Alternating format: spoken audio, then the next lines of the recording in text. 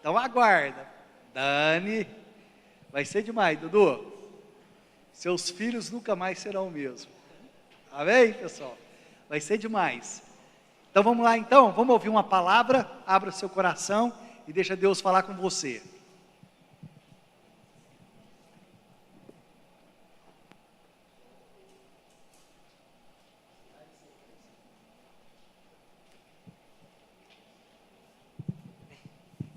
Isso. Boa noite. Boa noite. Queridos, que alegria estar aqui com vocês. O pastor Elton já disse aí que o meu tempo é bem reduzido. Então, assim, as irmãs estão preparando algo aí de excelência. Então, quero dar uma palavra bem objetiva aqui para vocês. Espero que o Senhor possa falar aos nossos corações, amém? Vamos fechar nossos olhos, quero fazer uma oração. Senhor Deus, nós te agradecemos, te louvamos por tudo que o Senhor tem feito aqui nessa noite. Tem sido uma noite tremenda, agradável, na tua presença. Obrigado por esse louvor, obrigado pelas ofertas. Obrigado, meu Deus, por cada irmão que está aqui. Cada um, ó Deus, que tem entendido o seu chamado. Cada um que tem entendido a importância de estar na casa de Deus. Que o Senhor esteja fortalecendo, que o Senhor esteja abençoando e que essa reunião, meu Deus, essa palavra agora que vai ser ministrada, possa gerar frutos de arrependimento, frutos de transformação, frutos, meu Deus, de conversão. Nós colocamos diante do Senhor e que o Senhor fale conosco em nome de Jesus. Amém. Amém, queridos. Salmo capítulo 30, quero trazer essa palavra no verso 5, Salmo capítulo 30, verso 5, vou falar sobre fidelidade, seja fiel. Então, no verso 5 eu vou falar somente a parte B do versículo, que é muito conhecida aqui por todos. Diz assim, olha, o choro pode durar uma noite, mas a alegria vem pela manhã. Glória a Deus. Vou repetir, o choro pode durar uma noite, mas a alegria, ela sempre vem pela manhã. Aleluia. Queridos, então, quero compartilhar essa mensagem com vocês. Estive ali ontem, nossa irmã Marilúcia, infelizmente, perdeu a sua mãe. Estivemos ali no velório. E no momento ali, algumas pessoas tiveram a oportunidade de expressar algumas palavras. E a Marilúcia, então, ela falou algumas coisas. E mexeu muito comigo a fala dela. Porque a Marilúcia, ela viveu com a mãe dela. Ela cuidou da mãe dela, eu sei disso. Nós conhecemos ela. Sabe, ela trabalhou junto com a mãe dela. Então, ela sempre esteve junto com a sua mãe. Sua mãe partiu, mas deixou um legado de bênção. Então, né, numa das partes ali que ela falou assim, olha, minha mãe, ela foi fiel. Obrigado, Cleiton. Ela falou assim, olha, minha mãe foi fiel. Minha mãe foi fiel ao seu trabalho, minha mãe foi fiel à sua família, minha mãe foi fiel ao seu esposo. Sabe, minha mãe foi fiel aos seus clientes. E ela falou assim, olha, minha mãe foi fiel. E ela sabe de quem que ela estava falando. Por que ela estava com tanta convicção? Porque ela conviveu junto. Ela esteve com ela até o último momento. E ela falou sobre isso. Por isso, irmão, eu quero falar. A mensagem hoje é para dizer para você, igreja, vale a pena ser fiel. Vale a pena ser fiel. Então seja fiel na sua casa, seja fiel você que é casado ao seu cônjuge, seja fiel lá no seu trabalho, ao seu patrão, seja fiel por onde você passar, na sua igreja, ao seu líder, ao seu pastor, seja fiel. Então, irmãos, vou falar algumas coisas sobre os benefícios da fidelidade, algumas coisas, porque quando eu falo de fidelidade, existe sim alguns benefícios aqui nessa terra, porque uma pessoa fiel, ela deixa portas abertas, uma pessoa fiel, ela sempre cresce na vida, ela tem respaldo, uma pessoa fiel tem N coisas que ela recebe aqui nessa terra, por desenvolver essa virtude tão importante, mas a mais importante de todas, é o presente celestial, porque aquele que permanecer fiel até o fim, tem uma coroa da vida lá esperando, amém? Então, aquele que for fiel até o fim. Então, existe um galardão para aqueles que são fiéis. Então, queridos, olhando para a Bíblia, nós vemos alguns personagens. Eu estava pensando um pouquinho sobre a vida de José. Não quero focar na vida dele, mas certamente José, ele teve noites de choro. Ele passou por noites ali escuras, mas ele também experimentou a alegria que vem pela manhã. Então, irmãos, quem é fiel vai passar por luta, vai ter o choro, vai ter aquelas noites difíceis, mas a alegria, ela vai vir pela manhã. Ela vai vir, você pode ter certeza. Por isso, que às vezes você coloca uma interrogação na sua mente: será que vale a pena ser fiel? Será que vale a pena se guardar? Será que vale a pena, queridos?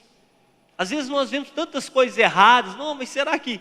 Irmãos, eu posso te garantir isso, que vale sim a pena. Então, nós precisamos entender algumas coisas aqui, alguns princípios, né, na nossa vida, algumas coisas que antecedem as grandes vitórias na nossa vida, que nós não podemos desprezar, porque se queremos chegar em algum lugar, nós precisamos observar alguns princípios da palavra de Deus. Para falar desse assunto, eu vou usar a vida de Elias. Não vou abrir todos os textos aqui, mas eu quero que você preste muita atenção, porque Elias, ele foi um homem fiel a Deus, fiel, totalmente fiel. Fico vendo o comportamento dele, sabe, como que ele se posicionava diante dos desafios da vida dele. Então, quando você vai lá no livro de 1 Reis, capítulo 17, a partir do verso 1, você vai ver Elias liberando uma palavra profética para aquele povo. Uma palavra pela impiedade do povo, que estava totalmente distante de Deus. Uma palavra de juízo, queridos. Elias, ele chegou diante do povo, diante do rei, e falou assim: olha, segundo a minha palavra, ele nem falou a palavra de Deus, ele falou assim: olha, segundo a minha palavra. Olha que ousadia desse rapaz, falando assim: olha, eu que estou falando aqui para vocês. Esses dias o pastor El estava falando que está faltando gente, né, Tim? Para falar como Paulo. Fala assim: gente, olha para mim aqui, ó. Olha só Elias. Elias falou assim: olha, segundo a minha palavra, não vai chover durante os 3 anos. Não vai chover, não vai cair chuva. Irmãos, olha que ousadia. E quando ele libera aquela palavra, ele está ali fazendo a vontade de Deus, ele está ali sendo direcionado por Deus, ele está sendo usado para que Deus tente mudar aquela nação. Era um profeta reconhecido naquele momento. E Elias, mesmo fazendo a vontade de Deus, a Bíblia diz que ele era de Gileade, de um lugar gostoso, né, de um lugar onde tem as maiores ervas medicinais. Todo mundo já deve ter ouvido falar do bálsamo de Gileade. Elias era de Gileade. Quando ele fala assim: olha, não vai chover na terra, Deus fala assim: Elias, falou? Agora deixa eu falar, vai para um lugar que eu vou te mostrar. Vai para um lugar isolado, vai para um lugar selvagem, vai para um lugar difícil. E vou te dizer mais, Elias, quem vai te alimentar lá serão quem? Os corvos.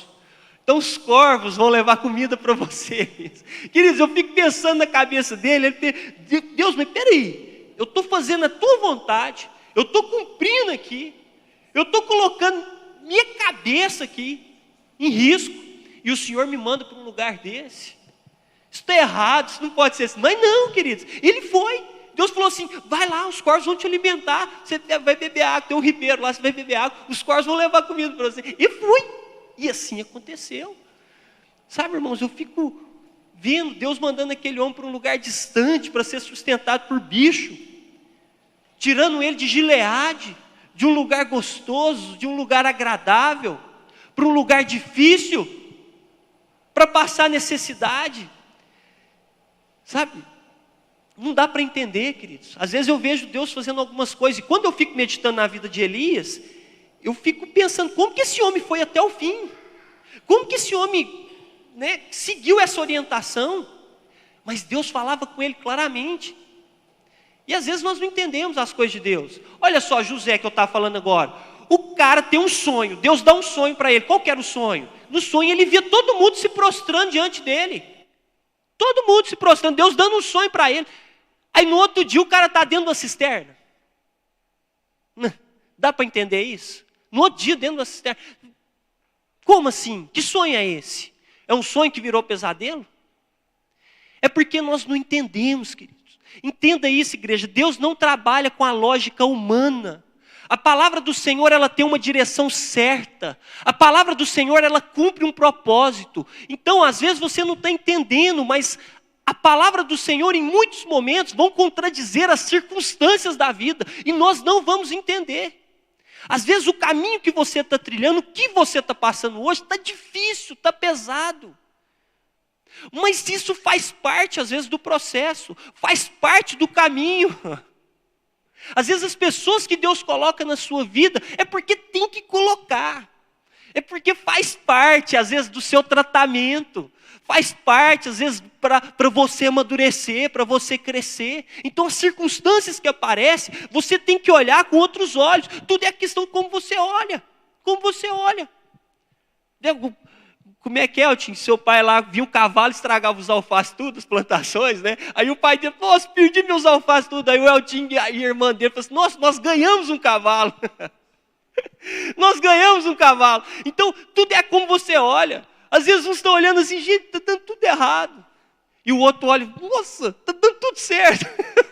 Está dando tudo certo. Então, é a nossa visão. Eu vi o Mário Sérgio Cortella, não sei se ele está falando do pai dele, que ele aprendeu muito, mas ele dizia assim que chegava em casa com o olho todo sujo, cansado, destruído. Aí ele falava assim, como que foi? Foi tudo certo. Aí ele descobriu o Jeep que ele andava, que ele ia trabalhar, tinha furado o pneu. Ele falou assim, não, mas mesmo assim você está feliz? Não, é porque eu estava 2 quilômetros da borracharia, Deus é bom demais comigo. Olha como o Senhor tem guardado a minha vida. Queridos, às vezes nós olhamos as situações e amaldiçoamos, não entendemos. Pensa se José tivesse desistido ali. Pensa se Elias não tivesse obedecido à voz de Deus. Então, irmãos, todo esse processo, né, muitas vezes, a palavra do Senhor vai nos tirar da zona de conforto. Vai nos tirar. Então, depois, ele sai daquele lugar. E é engraçado, porque aí havia seca, não estava chovendo, a água estava secando. Aí o que Deus falou para ele? Elias, agora você vai sair daí. Aí ele pensou assim, agora eu vou para Gileade, Rose. Vou voltar para a minha terra. E Deus falou assim, não, você vai para um lugar, uma viúva pobre vai te sustentar. Cara, primeiro os bichos. Olha o que eu estou passando, agora o Senhor me manda para viúva pobre. A mulher falou assim, não, meu filho, o que eu tenho aqui, eu vou preparar para mim, para meu filho, nós vamos comer, nós vamos morrer, não tem jeito. E ele falou assim, não, posso falar, pode fazer para mim primeiro, porque não vai faltar azeite nem farinha na sua panela mais, durante 3 anos. E a Bíblia diz que não faltou. Aí você entende assim, mas por que Elias, por que Deus está levando por esse caminho? Está vendo? Deus levou ele lá para abençoar uma família. Deus levou ele lá para abençoar uma casa. Está vendo que nós não entendemos? Por que nós estamos indo por esse caminho? Tem coisa que você não entende agora, só lá na frente. E assim foi na vida dele. Mas eu creio que ainda estava confuso, irmãos. E Deus foi trabalhando na vida desse cara a obediência. Porque a maior virtude de quem é fiel mesmo é a obediência. Então, irmãos, nós precisamos apenas confiar. Apenas confiar. Aí depois que ele saiu lá da viúva, aí ele ficou lá na viúva 3 anos, aí Deus falou assim para ele, Elias, agora você vai lá para Acabe, vai conversar com ele. Queridos, Acabe queria comer o fígado dele. Acabe queria matar ele. Olha o caminho que Deus estava levando esse homem. Vai lá e conversa com Acabe. Então depois você tem a oportunidade de ler e de conhecer um pouco mais. Mas uma das maiores virtudes na vida desse homem, obedecer a Deus. Ele obedeceu em todo o tempo, ainda que o caminho era contrário. Ele não se opôs à voz de Deus. Segunda coisa, aqui, como marca da fidelidade, é aguardar o tempo de Deus. Então, irmãos, se você for lá em 1 Reis, capítulo 18, no verso 1, vai dizer assim, não sei se os irmãos estão projetando, 1 Reis, capítulo 18, verso 1, tem como colocar? Aqui. Diz assim, deixa eu abrir aqui, se não tiver como. Olha lá, ó. E sucedeu que depois de muitos dias a palavra do Senhor veio a Elias, no 3º ano. Irmãos, Deus ficou 3 anos sem falar com ele. 3 anos. Você tira o cara lá de Gileade, você leva ele lá para ser alimentado por corvos. Depois manda lá numa viúva. Eu penso que Elias está magrinho. Né? Depois ele fala assim, agora volta lá em Acabe. Gente, e Deus ficou 3 anos sem falar com ele. Ele só comia bolo, mas ele continuava servindo o Senhor. Deus mudou a estrutura toda de Elias, mudou o caminho dele todinho e parou de falar com ele. Então, irmãos, isso aqui, o que ensina para nós? Que nós precisamos aguardar o tempo de Deus. Nós precisamos saber esperar o tempo de Deus. Eu sei que muitas pessoas têm dificuldade de lidar com essa palavra, espera. Espera. É ruim esperar, não é? É ruim. Mas assim, irmãos, o tempo de Deus não é o seu tempo. E nós precisamos aprender a conviver com isso, porque o tempo é um dos fatores mais extraordinários para você crescer, para você amadurecer, para você ser preparado para a vitória. Então, tem momentos que é só você e Deus, sabe? É só você e Deus. Então não tem como. Às vezes você está passando por um momento que é o silêncio de Deus, você não está ouvindo a palavra de Deus, você está sem direção. Sabe, mas é você e Deus, agora é momento de você se posicionar, é momento de você fazer as coisas. Então é necessário, porque Deus não é aquele pai que fica ali, né, e aí você dá uma birra lá, você dá uma sapituca lá, e Deus, nossa, dá para ele. Não, Deus não faz isso não, queridos. Sabe, Ele não é assim. Então você precisa aprender, às vezes, a lidar com o silêncio de Deus. Elias teve que passar por isso. Ainda que ele achava, não, eu vou fazer tudo isso, mas Deus vai falar comigo em todo o tempo. Deus vai ministrar na minha vida em todo o tempo. Mas não. Deus se calou. A Bíblia fala que depois de 3 anos, Deus foi falar com ele. Quando você olha para Abraão, que ele recebe uma promessa em Gênesis capítulo 12, ela vai se cumprir lá em Gênesis capítulo 21, são 25 anos, irmãos. São 25 anos. Quando ele recebe uma promessa lá, Gênesis capítulo 12, de uma grande nação, que vai se cumprir em Êxodo capítulo 1, quando Israel está se tornando uma grande nação, são 400 anos. É muito tempo. Então nós precisamos aprender a lidar com essa palavra chamada espera. O tempo de Deus na nossa vida. O tempo de Deus. Eu fico vendo, Davi ele foi ungido, mas sabe quanto tempo que ele demorou a ser levantado lá como rei de Israel? 10 anos de uma perseguição implacável de Saul na vida dele. Então, quando ele esteve esperando lá, você acha que ficou tudo tranquilo? Você acha que o tempo de espera dele foi tranquilo? Não, irmão, o tempo de espera foi luta. O tempo de espera foi para forjar o caráter dele, foi para ajudar ele, foi para testar a paciência dele. Então, o tempo de espera é para trabalhar na sua vida. É na sua vida. Então, queridos, pensa Jó. Olha Jó, o que aconteceu com a vida dele? Perdeu tudo, mas olha, o tempo de espera, o tempo que Deus foi trabalhando na vida dele, ele suportou tudo. Quanto tempo? Mas olha o fim, irmãos. Porque muitas vezes nós estamos focados no início ou nós estamos focados no processo e não olhamos para o fim. E Deus quer que o nosso foco esteja no fim. Porque é no fim que Ele aguarda lá, é no fim que tem o melhor. Mas se os nossos olhos ficarem só no início ou no processo, nós não vamos prosseguir. Porque o melhor está no fim. É lá. É o prêmio. É o presente de Deus nas nossas vidas. Então, irmãos, você vê esse homem obedecendo a Deus. Você vê esse homem sabendo esperar o tempo de Deus, lidar com essa palavra.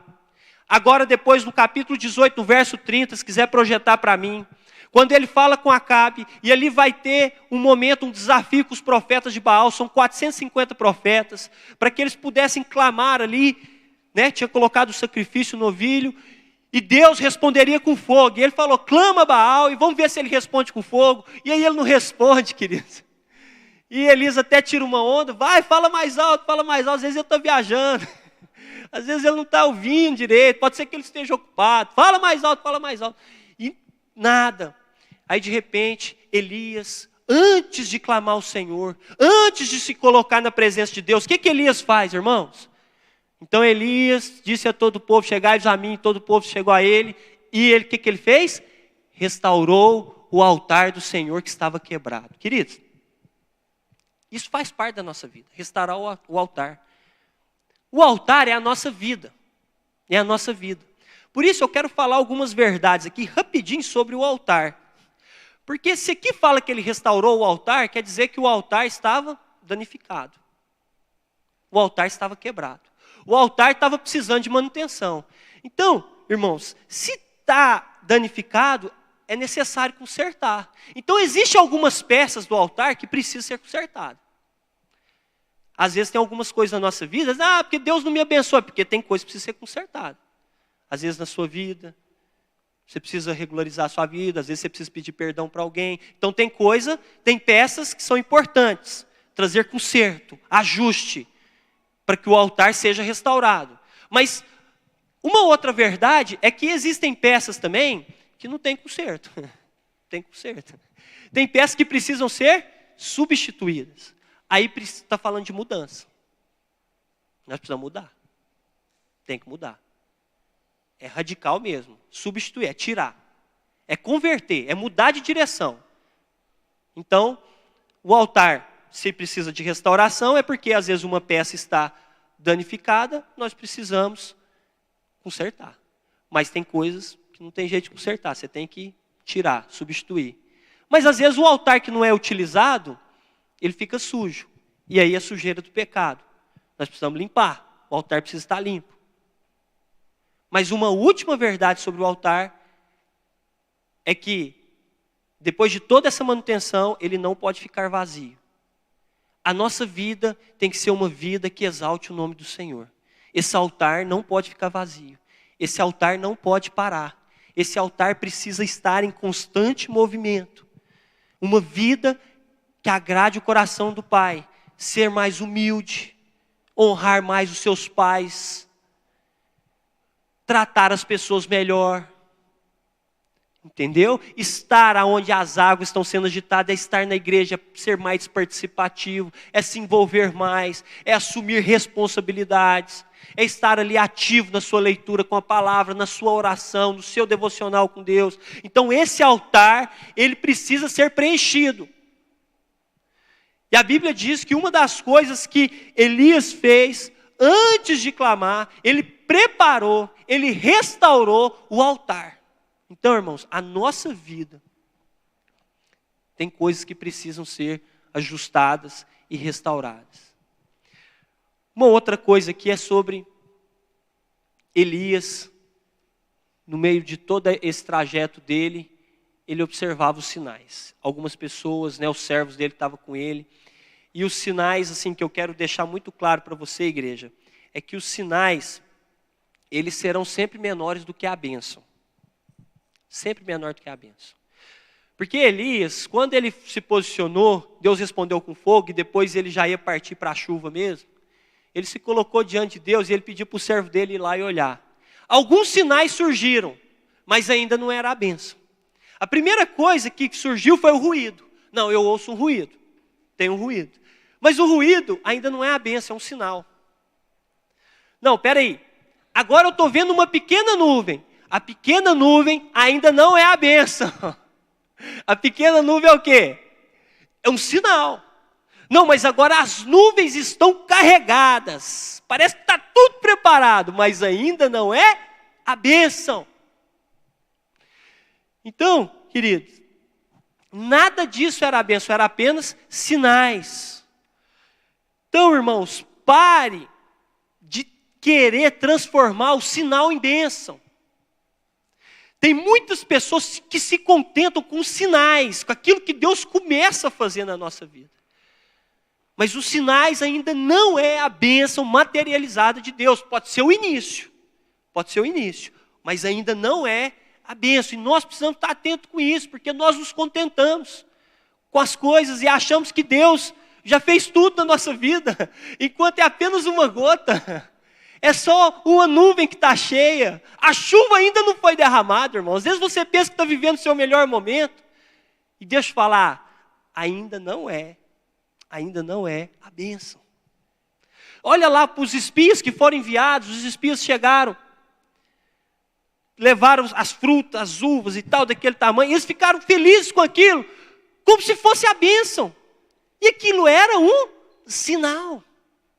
Aquilo era uma amostra.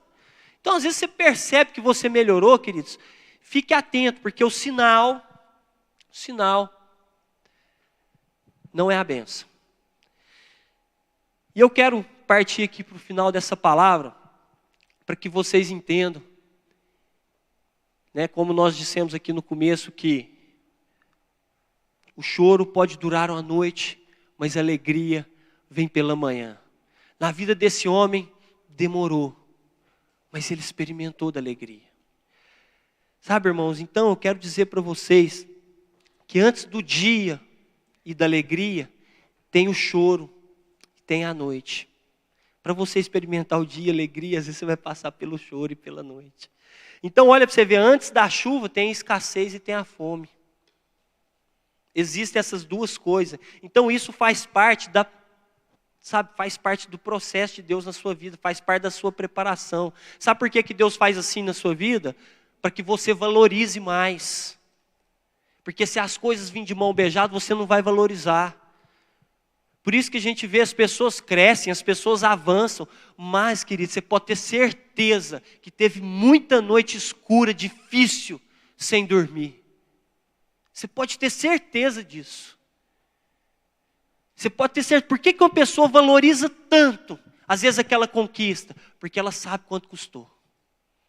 Ela sabe quanto custou. Ela sabe quanto valeu. Não foi fácil. Sabe, se hoje nós enxergamos uma pessoa que está aqui, depois senta e conversa com ela um pouco. E você vai entender um pouquinho do que aconteceu na vida dela.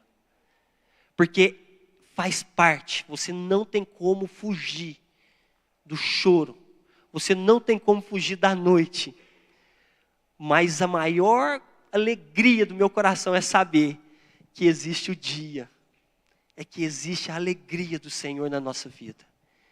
Existe o melhor. Então, irmãos, a vitória vai chegar. Ela vai chegar. Depois de 3 anos e meio, veio a chuva. Depois do choro, veio a alegria. E olha só, o tempo da luta sempre será menor do que o tempo da alegria. Pode anotar isso que eu estou te falando. Porque a Bíblia fala que o choro pode durar o quê? Uma noite, mas a alegria vem pela manhã, ou seja, é ilimitado. É ilimitado, não tem fim. Porque o que Deus faz não tem fim. A escassez e a fome durou quanto tempo? 3 anos. Mas aí a chuva veio depois. Aí não tem fim. Não tem fim. Porque a bondade de Deus não tem fim.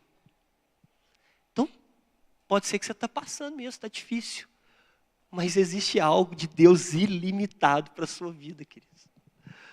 Então não foca no processo, não fica colocando seus olhos na circunstância ou no início. Coloque seus olhos no fim. Sabe, coloque nos seus olhos no depois, no que Deus está preparando. Às vezes você fala, nossa, eu não estou suportando. E Deus fala assim, eu estou só trabalhando na sua vida, queridos, porque tem o depois. Tem o depois, queridos. Nunca perca a esperança, por pior que seja a situação, irmãos. Nunca perca a esperança, mantenha a sua esperança ativa. Sabe por quê? Porque vai ter chuva, vai ter dia e vai ter alegria. Então não perca a esperança. Quero já convidar a equipe de louvor. Olha só, a chuva, irmãos, ela fala da resposta de Deus, fala do rompimento da escassez, do cumprimento da parte de Deus. A chuva é Deus quem manda, irmãos. A chuva é um instrumento de Deus. A chuva é a parte de Deus, é Ele que faz. Mas se nós não prepararmos a terra, essa responsabilidade que é minha, de preparar a terra, de deixá-la prontinha para receber a chuva, irmão, nada vai acontecer. Por isso quando eu falo assim, irmãos, vai ter chuva, às vezes você fala assim, amém, que bênção. Mas o que adianta se você não está preparando a terra? O que adianta se você não está fazendo nada? O que adianta chover, ué? Não adianta nada, ué. Vai chover e sua vida vai continuar a mesma. Não vai mudar. Ah, mas quando você decide preparar a terra, não. Eu vou preparar.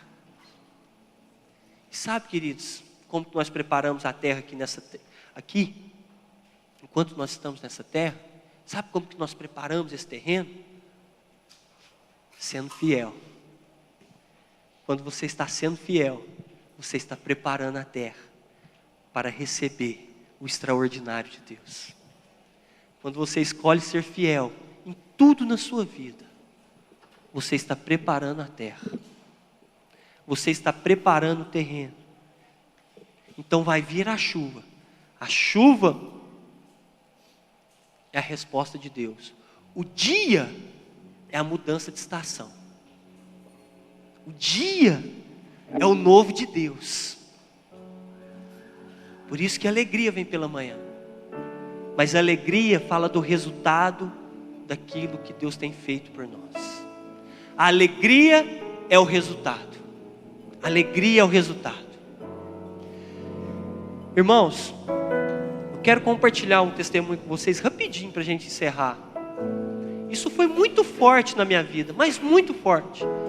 Eu posso dizer que foi uma das maiores experiências que eu tive com Deus até hoje. Eu estava passando por dias muito difíceis, muitas coisas mudando na minha vida, muitas coisas acontecendo, algumas situações que me tiravam o sono, literalmente tiravam o sono. Eu não estava dormindo direito, uma preocupação, uma ansiedade, sabe? Eu lutava com aquilo, e eu ia para a presença de Deus, falava: Deus me ajuda, Deus me ajuda, sabe? Eu preciso vencer isso, eu preciso romper, eu não estou conseguindo. Aquele momento foi muito forte na minha vida. E aí, eu ia para a célula, eu pregava, eu ficava rindo para todo mundo, eu dava palavra, eu tinha comunhão com eles, e eu tinha momentos ali e tal, mas quando eu chegava em casa, eu falei: meu Deus, muita preocupação, muita preocupação. Aí, isso foi numa semana, tem uma célula na sexta, preguei. Aí no sábado de manhã eu tenho outra célula. Eu fui para a célula de novo, do mesmo jeito, a mesma alegria, tal. Às vezes as pessoas veem a gente pregando e pensam assim: tal, que bênção, queridos. Eu estava arregaçado por dentro. Mas a gente fazia a célula, porque eu creio no poder de Deus. Eu creio que Deus pode fazer. E eu fazia a célula. Isso foi no sábado. Aí eu dormi. No domingo pela manhã, eu acordei, sentei, aí o meu celular vibrou. Aí eu peguei meu celular, fui ver uma mensagem de uma irmã aqui da igreja, que é a irmã Marilúcia. E nessa mensagem ela escreveu assim: irmão, eu decidi mandar essa mensagem para você porque Deus me deu um sonho com a sua vida. E nesse sonho você estava muito preocupado, muito ansioso. E Ele manda liberar uma palavra para você, acho que é 2 Coríntios capítulo 2, verso 19. Que o poder de Deus se aperfeiçoa na fraqueza do homem. Deus mandou falar isso para você, e Deus mandou falar outra coisa. Teve um congresso de finanças do pastor Arão, lá na igreja, que eu lembro que você recebeu uma profecia, você e sua esposa. E eu acho que você se esqueceu. Então eu quero te lembrar dela. Deus falou assim e assim com vocês. Queridos, eu chorei muito. Aquilo. Eu não tinha controle de mim. Eu falei assim: Deus, como o Senhor me ama. Eu não tenho contato com ela, queridos. Ela não sabe nada da minha vida. Eu não tenho relação com ela nenhuma. Nós conhecemos aqui na igreja. E Deus usou essa irmã para ir lá e falar assim: fala para ele lá. Eu falei: meu Deus, como o Senhor é perfeito. Irmãos, às vezes você não está entendendo nada. Mas quando Deus quer falar, ninguém segura. Ninguém segura. Ele vai usar quem for para falar o seu coração. Mas você precisa buscar Ele. Você precisa ir para a presença dEle. Você precisa tomar uma decisão na sua vida. Então, irmãos, deixa eu falar algo para vocês. vale a pena ser fiel sim. Depois que Deus falou comigo através da vida dela, queridos, minha vida mudou completamente. Comecei a dormir tranquilamente. Eu descansei o meu coração. Eu confiei. Então, irmãos, isso é viver pela fé. Isso é buscar constância em Deus. Agora, se eu ficasse em outros lugares e tal, você acha que Deus ia levantar alguém para falar comigo? É porque nós precisamos estar no lugar certo, no mover. Nós não podemos sair do mover de Deus, porque Deus sempre se move no nosso meio, amém? Feche seus olhos, se coloque sobre seus pés. Aleluia! Aleluia! Aleluia! Aleluia! Glória a Deus! Glória a Deus! Te exaltamos, Senhor! Tu és lindo! Tu és perfeito! Tu és magnífico! Tu és soberano! Tu és Criador dos céus e da terra! E para Ti, ó Deus, todo louvor e toda honra e toda glória! Vale a pena ser fiel, igreja! Seja fiel! Seja fiel! Porque o Senhor é fiel! Ele não muda! Ele não muda!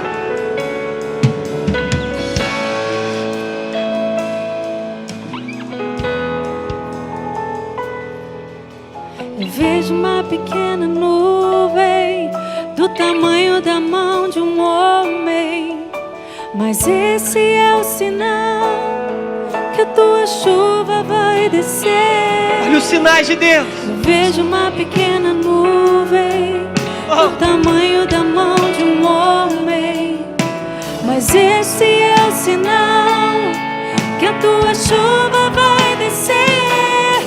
Faz chover.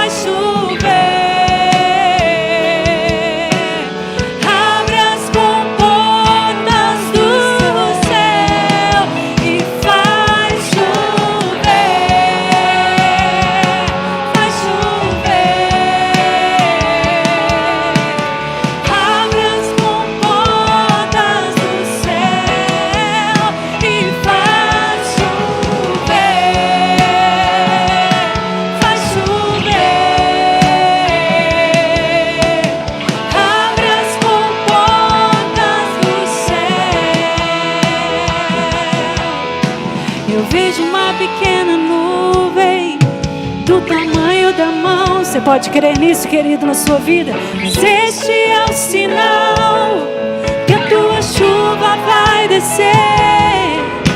Eu vejo uma pequena nuvem do tamanho da mão de um homem, mas este é o sinal que a tua chuva vai descer. Faz chover.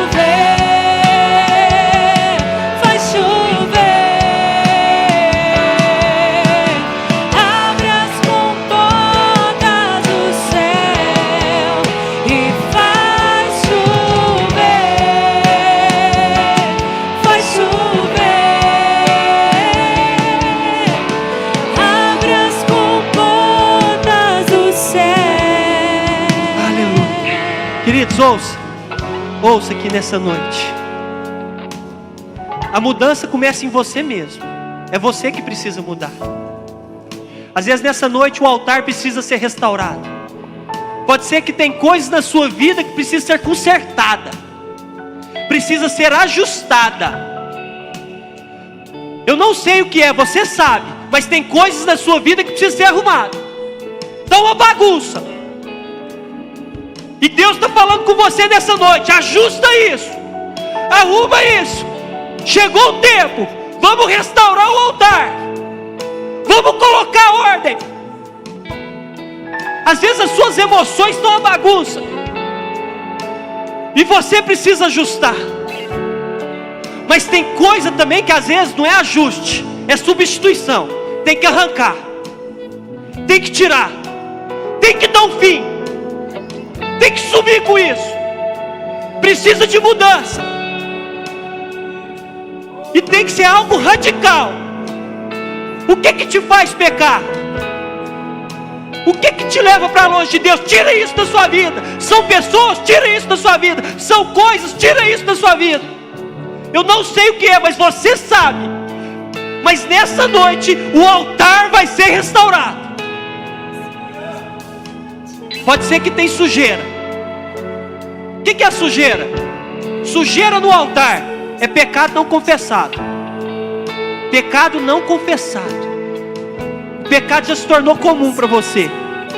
Então, queridos, chegou o momento de você restaurar o altar. Coloca a sua vida em ordem. Chegou o momento de você confessar. Chegou o momento de você dar uma limpeza. Uma limpeza. E muito mais do que isso, o altar não pode ficar vazio. O sacrifício somos nós. Nós precisamos apresentar os nossos corpos como sacrifício vivo a Deus. É a nossa vida, é a nossa conduta, é o nosso comportamento, é o meu testemunho. É como sacrifício vivo. O altar precisa estar cheio. Por isso agora, nessa noite, peça, porque se pedirmos, Ele ouvirá. Se coloque na presença de Deus. Comece a restaurar o altar. A mudança começa hoje. Levante a sua voz. Levante a sua voz.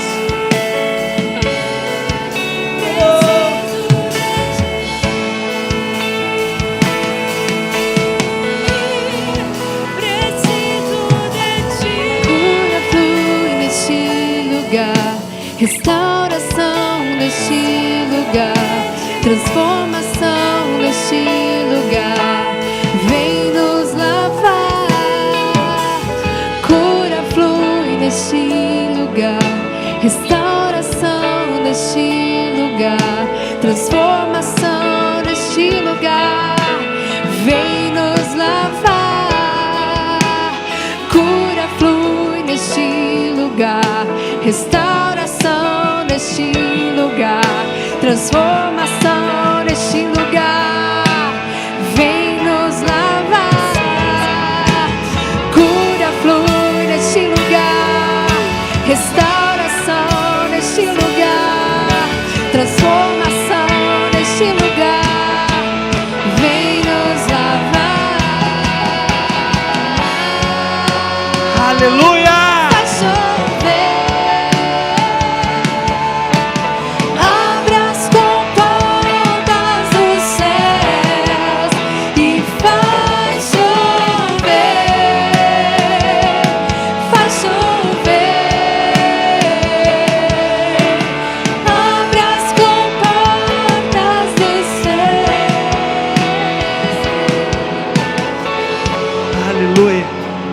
Obrigado, Senhor.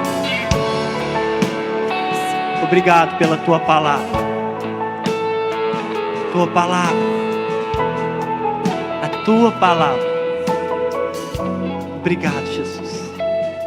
Te agradecemos por tudo que o Senhor fez nessa noite. Em nome de Jesus. Aleluia, queridos. Estamos terminados. Seja fiel. Que Deus te abençoe.